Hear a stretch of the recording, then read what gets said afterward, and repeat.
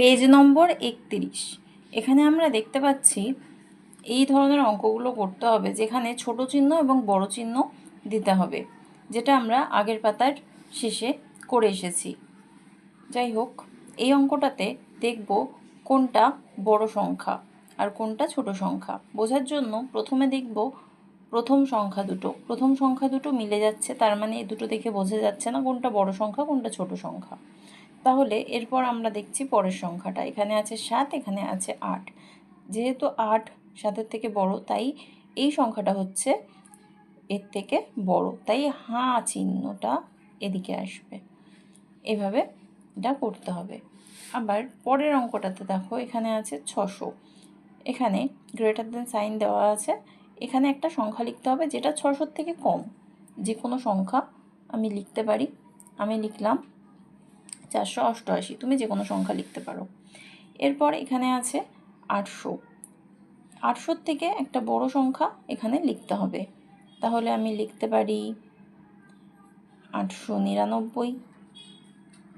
তুমি যে কোনো একটা বড় সংখ্যা লিখে দিতে পারো। পরের অঙ্কটাতে দেখো, এক জায়গায় দেওয়া আছে 807, অন্যদিকে আছে 800। তাহলে এখানে বড় সংখ্যা কোনটা? অবশ্যই 807।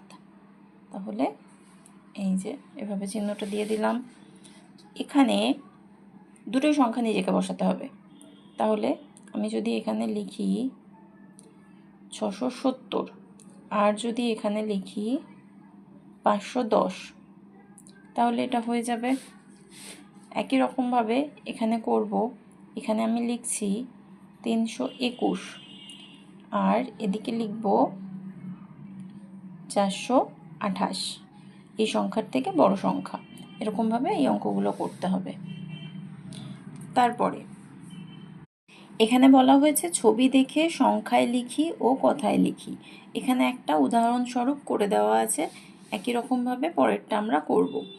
দেখতে পাচ্ছি এই যে একটা কার্টুন করা আছে, তার পেটের মধ্যে 3টে সংখ্যা দেওয়া আছে। এই 3টে সংখ্যা দিয়ে আমরা এই যে এখানে সংখ্যা তৈরি করব এবং সেগুলোকে কথায় লিখব। তো প্রথমে আমরা এভাবে লিখব।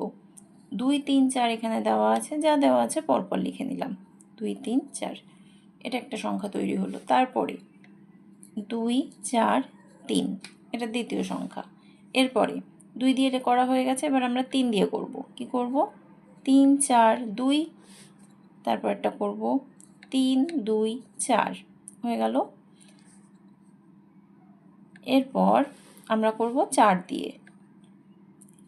4 3 2, 4 2 3। এবার এগুলোকে কথায় লিখতে হবে।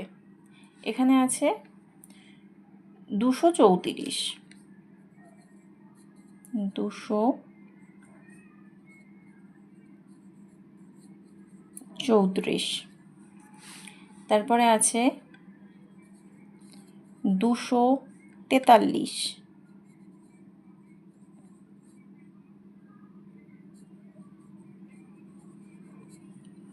তারপরে আছে 342। তারপরে আছে 324। তারপরে আছে 432 এবং শেষটা আছে 423। আশা করি বুঝতে পেরেছো।